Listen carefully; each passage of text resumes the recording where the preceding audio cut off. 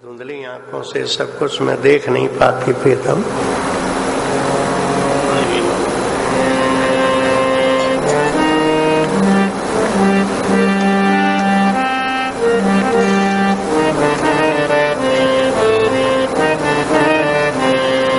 इन धुंधली आँखों से सब कुछ मैं देख नहीं पाती प्रियतम। सा बीच बने तुमको मैं प्यार न दे पाई प्रियतम। था खेल मनोहर वह जिसमें गुरुदेव बने तुम थे प्रियतम। करने बैठी हूँ अब पूजा प्राणों में बिता लिए प्रियतम। हूँ वही जिसे कह कर मेरे प्राणों की रानी है प्रियतम। हे पकड़ लिए वे हाथ लगी मेहंदी जिनमें थी है प्रियतम।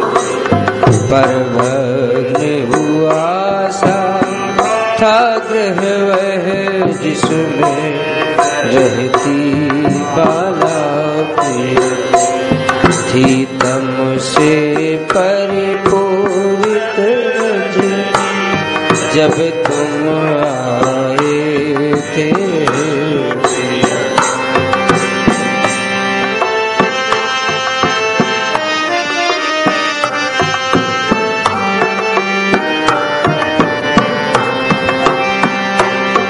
दीपक तक नहीं रहा था कुछ कण थे रज के बिखरे प्रियतम।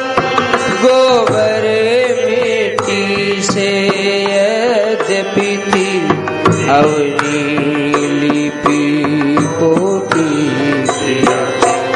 थे सब कपाट टूटे गवा चुके तथा द्वार के वह पवन धूलि भर कर दुकुल में लाया करता था।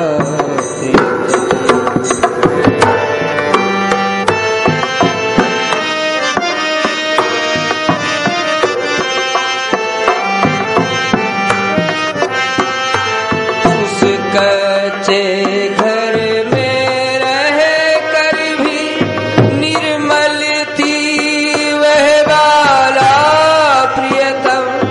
था सका नहीं छू से कण बाहर से आया प्रियतम। थी छिपी शक्ति उसमें सहस्त्र पावक पुण्यों की है प्रियतम। सामर्थ नहीं कहीं किसी जो दूषित कर दे प्रियतम।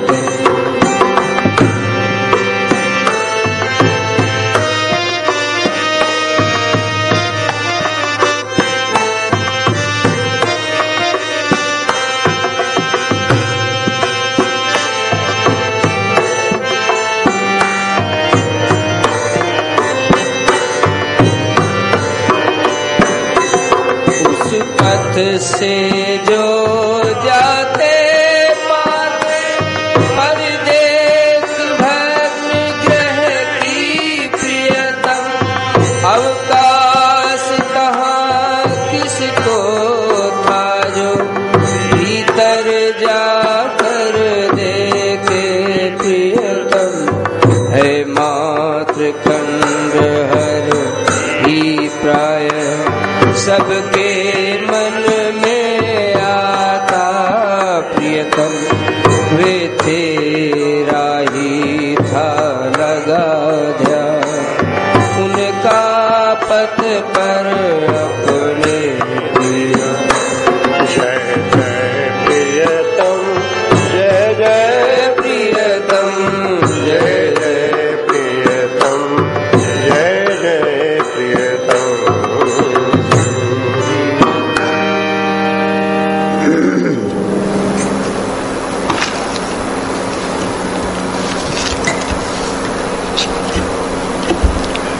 इन धुंधली आँखों से सब कुछ मैं देख नहीं पाती प्रियतम, सपना सा विश्व बने तुमको मैं प्यार न दे पाती प्रियतम, पाई प्रियतम।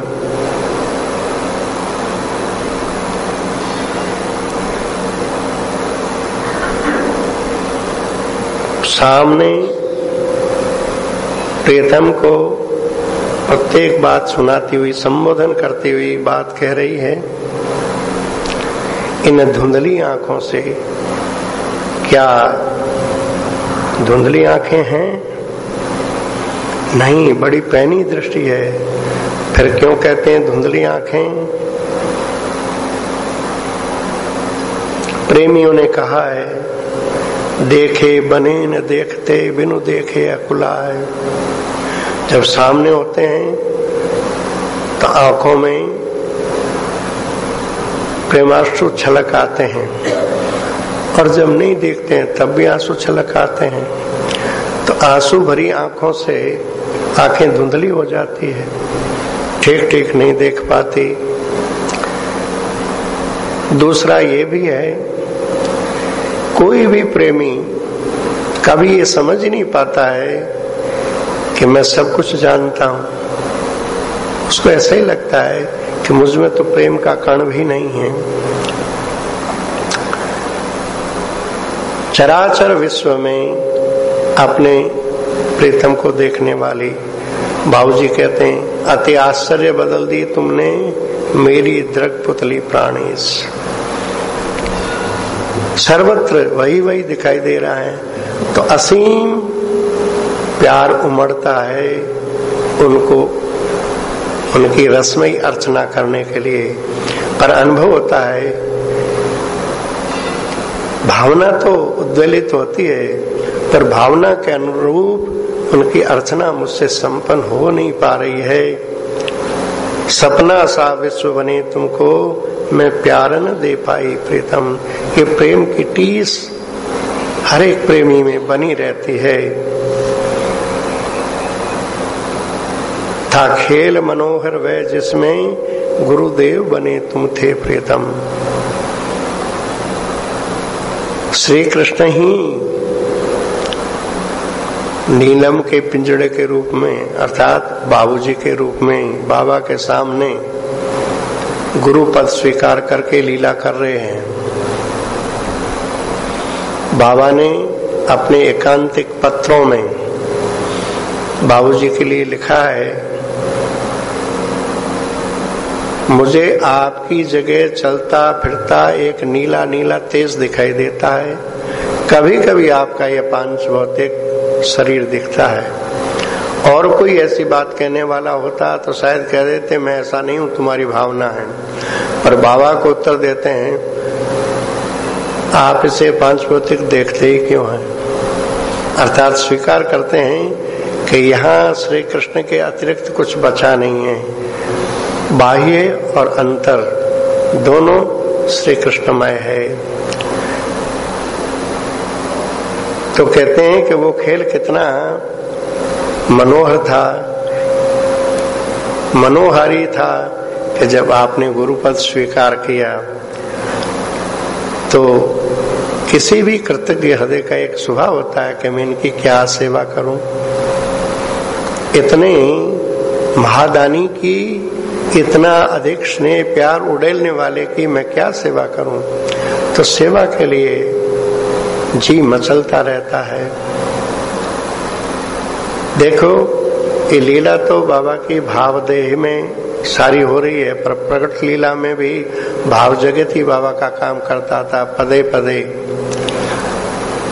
बाबा चतुर्थाश्रमी सन्यासी हैं, बाबूजी ग्रस्त परिवेश में हैं।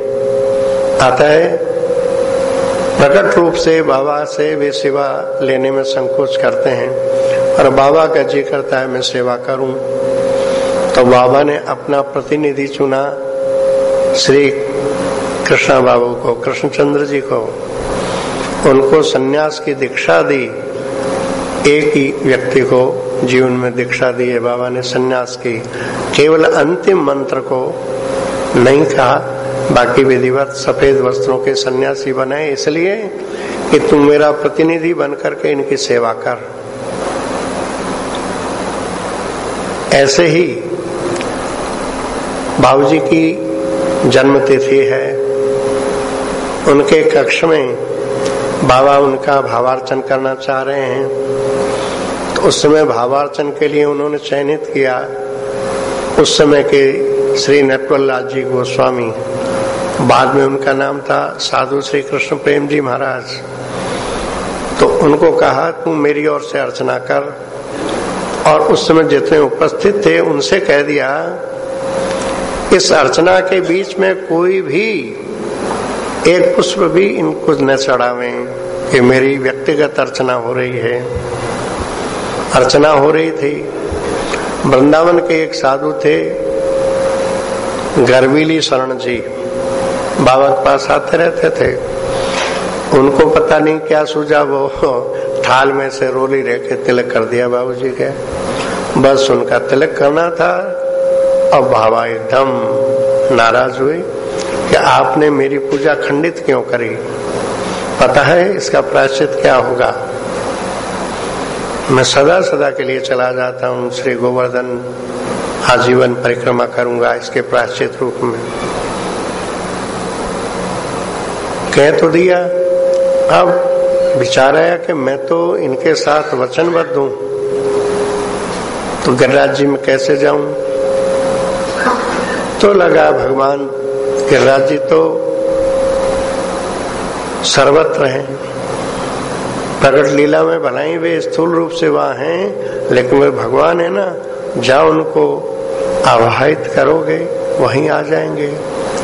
तो कुटिया के सामने ही रात्रि में गिरिराज जी की भावना से स्थापना की, जगह का नापतोल हुआ, स्थान निर्धारित किए गए। राधा कुंड है, गोवर्धन है, आन्योर है, जतिपुरा है, ये 4 विश्राम स्थल बाबा के। बाबा के गिरिराज जी में श्री राधा कुंड दक्षिण दिशा में है और ब्रज में गिरिराज जी में श्री राधा कुंड उत्तर दिशा में है। तो ठाकुर से घनश्याम जी ने कहा बाबा वहां तो उत्तर दिशा में, आपके यहाँ आपने दक्षिण दिशा में कैसे। बाबा ने कहा भैया बरसाने से आने वाले को किधर पड़ेगा। हाँ, बरसाने आने वाले को तो दक्षिण ही पड़ेगा। तो मैं तो रोज बरसाने से आती हूँ ना परिक्रमा करने। ये उत्तर था उनका। अर्थात हम देखते हैं कि एक युवक सन्यासी हैं, हम लोग आगे वर्णन आएगा कैसे कैसे लोग आते थे और वो क्या क्या soचते थे, पर उस कच्चे घर में कौन सी बाला रहती है इससे लोग अनभिज्ञ थे। तो प्राणों में व्यथा लिए वे अर्चना करने बैठे हूं। व्यथा यही है कि सपना सा विश्व बने तुमको मैं प्यार न दे पाई प्रीतम, जितना देना चाहती थी उतना दे नहीं पा रही हूं। ये प्रेमी के हृदय का स्वभाव है। कहते हैं दादू दयाल जी महाराज 24 घंटे में 22 घंटा भजन करते थे। जब समय आया विदा होने का, शिष्यों ने पूछा कि महाराज कोई अंतिम उपदेश हम लोगों के लिए। तो उन्होंने कहा दादू जैसा नाम था तैसा लीना नाई, दे हलरावा हो रहा पर हौस रही मनमाए। यही कहा उन्होंने। जैसा नाम था वैसा उसका स्वाद नहीं ले पाया। 22-22 घंटा भजन करने वाले कह रहे हैं अब जाने का समय हो गया, पर उत्साह अभी भी ज्यों का त्यों बना रहा है। होश रही मन माए, और जपूं, तृप्ति ही नहीं हो रही है। ठीक यही दशा है कि अपने प्राणाराध्य की अर्चना करते समय अर्चना पूर्ण हो गई ऐसा बोध नहीं होता है। ये अर्चना स्वीकार कर लेते हैं, ये इनकी महती कृपा है, मेरे में वो पात्रता नहीं है।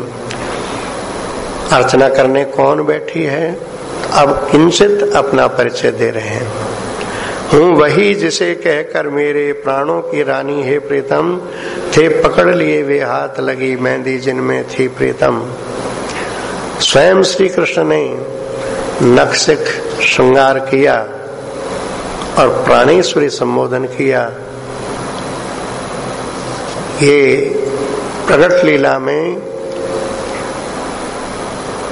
1957 की चैत्र शुक्ला अष्टमी बीत रही है और नवमी आ रही है। उस संधि वेला में ये भावमयी दीक्षा श्री कृष्ण की ओर से संपन्न हुई। काव्य की रचना हुई है 58 में।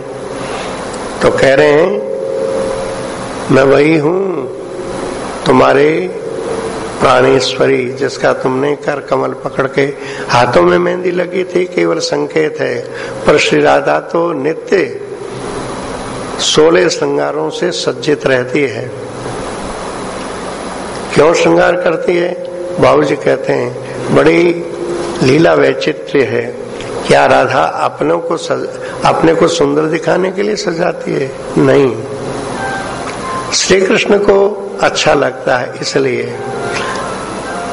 वैराग्य में, श्रृंगार में वैराग्य है, श्रृंगार में वैराग्य, पूर्ण त्यागमयी श्री राधा है। राधा माधव चिंतन में कुछ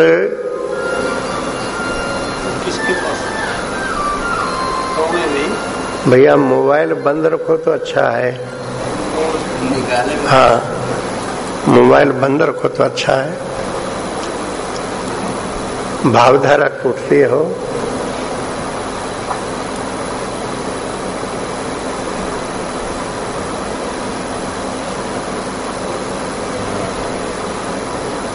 क्या कह रहा था?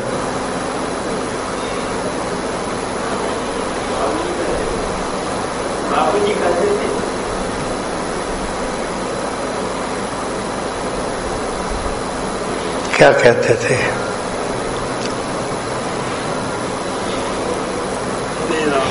श्री राधा, हाँ बाबूजी कहते हैं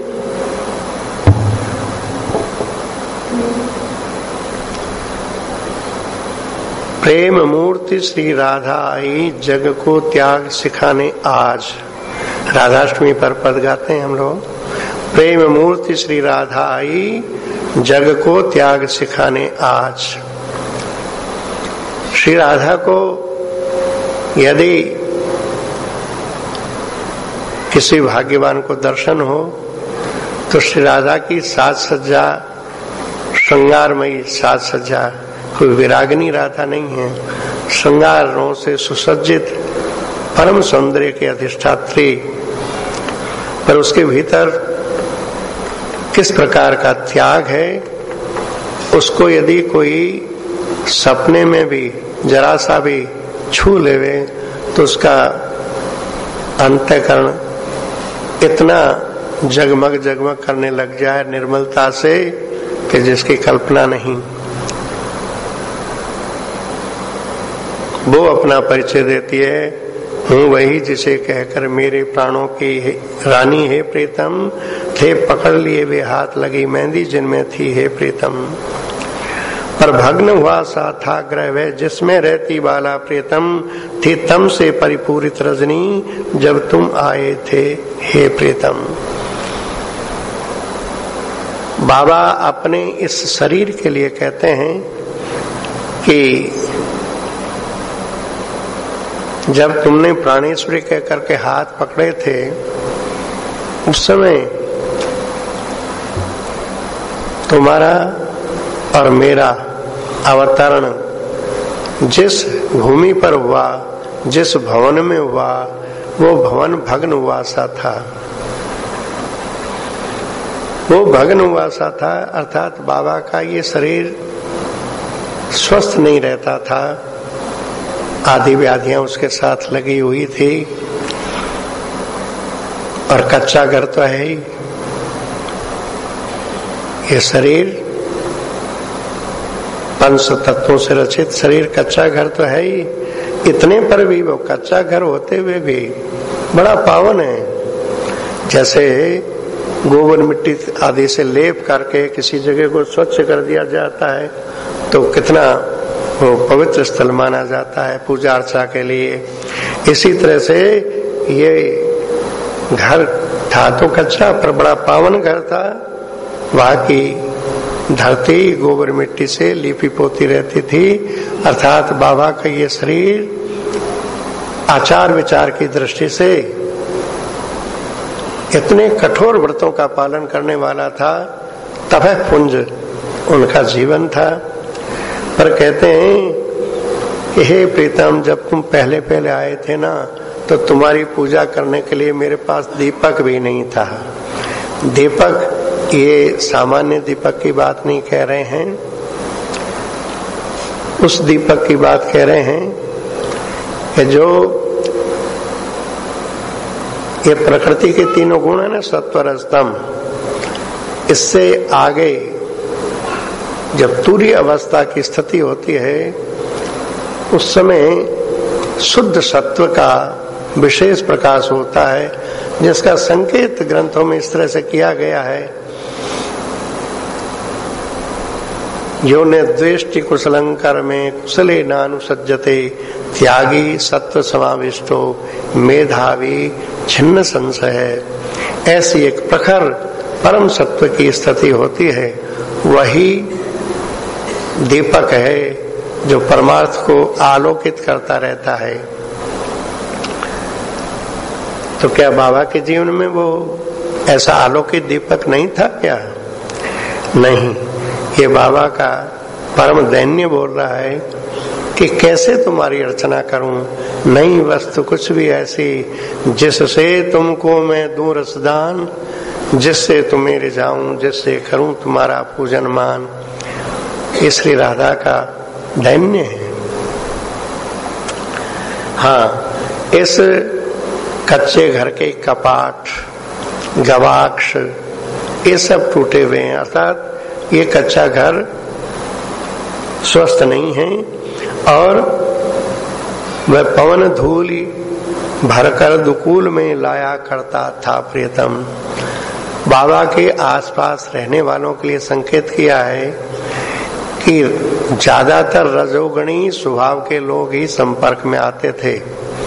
भगवान की विशुद्ध चर्चा, भगवत प्राप्ति की चर्चा करने वाले कोई विरले ही आए हों, अन्यथा बाबा के सामने, बाबूजी के सामने अपनी अपनी समस्याएं लेकर के लोग आते थे। यही मानो रजोगुण रूपी धूल जो है वो झोली में भर भर के लाते हैं, पर बाहर से आया उस रज का एक कण भी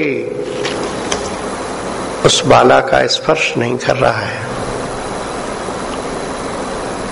छू नहीं पा रहा है, क्योंकि उस बाला में सहस्त्र पावक पुंजों की उज्ज्वलता, निर्मलता, ज्योति भरी हुई है। इसलिए किसी में ये सामर्थ्य नहीं थी कि वो अपने किसी लौकिक भाव का उनको संस्पर्श भी करा सके, उस भाव से उनके अंतर को छू सके, दूषित कर सके, ऐसा कोई नहीं था। हाँ, इतनी बात जरूर थी कि बाला तो अपने प्रियतम के साथ निरंतर घुली मिली है वहां पर बाहर से देखने वालों को लगता है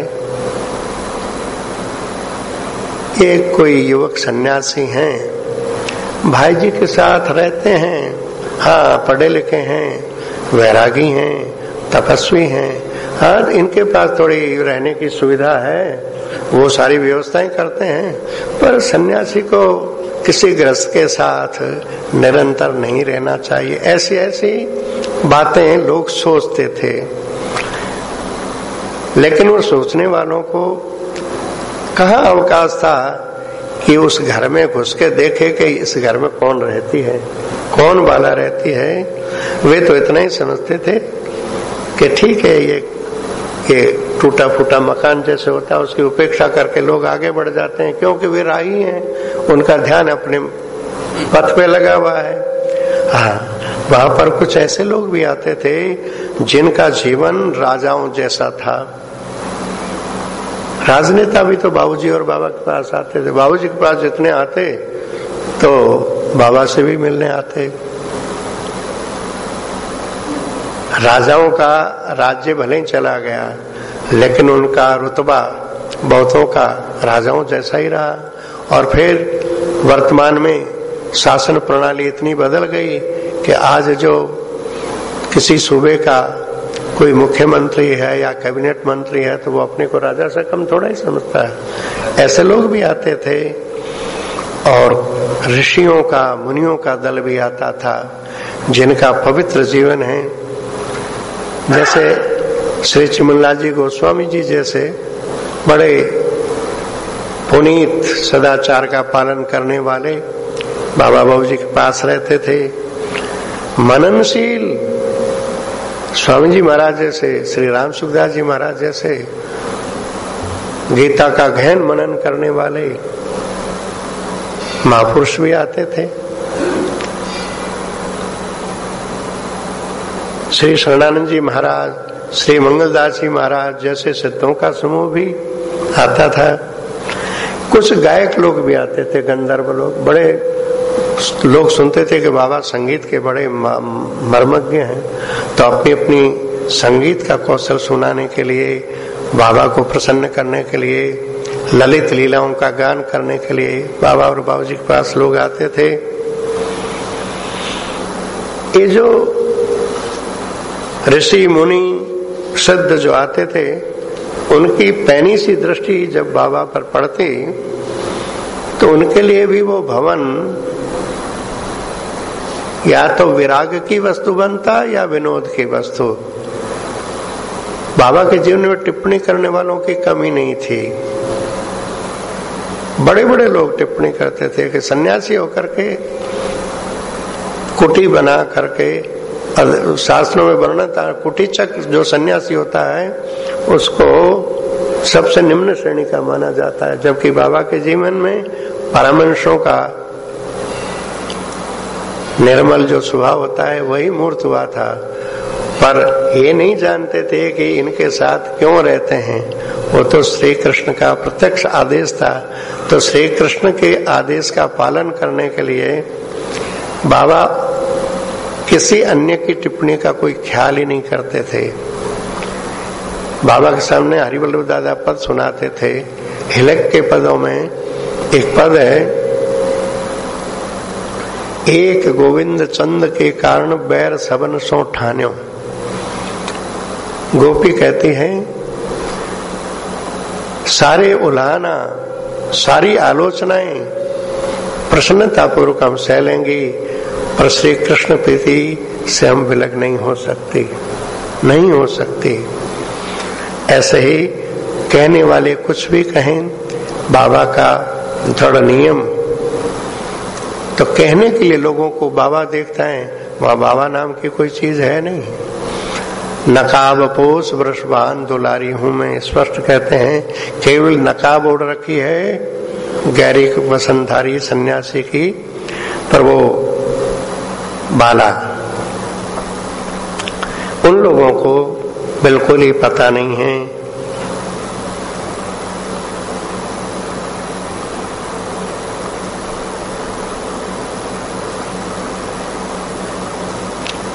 कहते हैं कुछ ऐसे लोग भी बाबा के साथ रहते थे।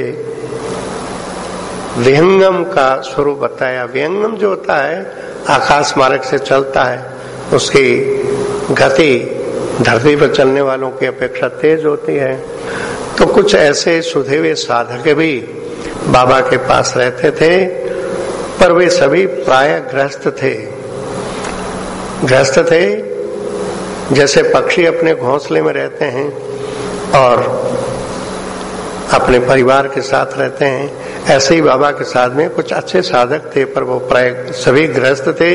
उनकी सहचरी भी उनके साथ थी, उनका संसार अलग था। वे सब सोए हुए थे। किस बात से? यहाँ कौन सी बाला रहती हैं, इस बात से अनभिज्ञ थे। मानो सोए हुए थे। किसमें सोए हुए थे? बोले अज्ञान रूपी रात्रि में।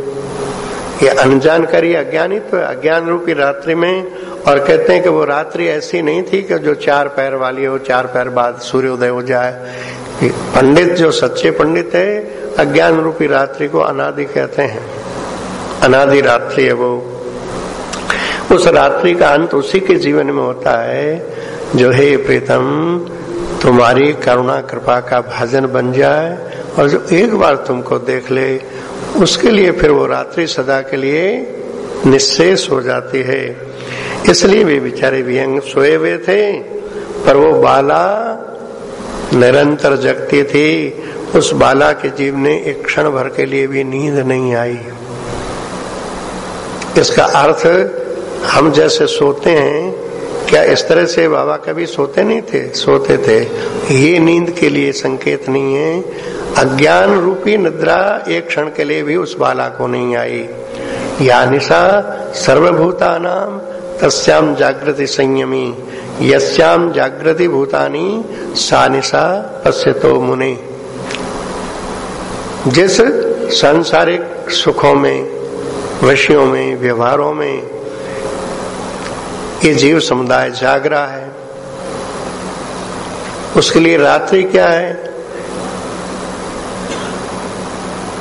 परमानंद स्वरूप जो उनका है, जीवात्मा का जो सच्चिदानंदमय स्वरूप है, वो उनके लिए रात है। और जो सिद्ध मुनि है उनके लिए ये व्यवहार रात है। इसलिए वो बाला सदा जगती थी और जगती ही नहीं थी। उसकी आंखें निरंतर झरती रहती थी। उसके पास कोई नहीं था जो उसका आंसू पहुंच सके। बाला निरंतर उनकी आंखें निरंतर झरती रहती थी। आगे जगह जगह पर इसका संकेत मिलेगा। भाव हमेशा विगलित होता रहता है और ज्ञानी निरंतर हंसता रहता है। ज्ञान के आलोक में ब्रह्मानंद का अनुभव करने वाला निरंतर प्रसन्न चित्त रहता है। ब्रह्मभूत प्रसन्नात्मा न सोचति न कांक्षति समय सर्वेषु भूतेषु मद्भक्तिम लभते पराम। गीता जी में कहते हैं ब्रह्मभूत हो जाने से प्रसन्न आत्मा हो जाता है, प्रशांत आत्मा हो जाता है, पर न कोई इच्छा रहती है। सर्वत्र एक ब्रह्म सत्ता का ही दर्शन करता है। इतनी निर्मल भूमिका जिस अंतःकरण की होती है, उसमें से किसी किसी को मेरी पराभक्ति की प्राप्ति हो जाती है। ज्ञानोत्तरकालीन भाव राज्य में उसका प्रवेश हो जाता है। तो ये बाला का स्वभाव ये भाव निरंतर वो बहते रहते थे। झरझर बाबूजी का चित्र टंगा है वहां समाधि पर, देखिए हाथ जोड़े हुए, आंखों से अश्रु टपक रहे हैं। ये क्या कोई खेद के अश्रु है? नहीं, वो प्रेम भरा हृदय छलकता रहता था। बाला प्रीतम की प्रतीक्षा में निरंतर अश्रु प्रवाह करती रहती है।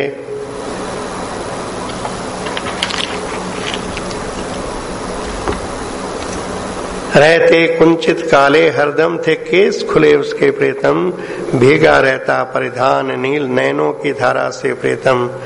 10वें से 15वें तक गायन कर लें, फिर इसकी चर्चा करेंगे। धुंधली आंखों से सब कुछ मैं देख नहीं पाती प्रीतम,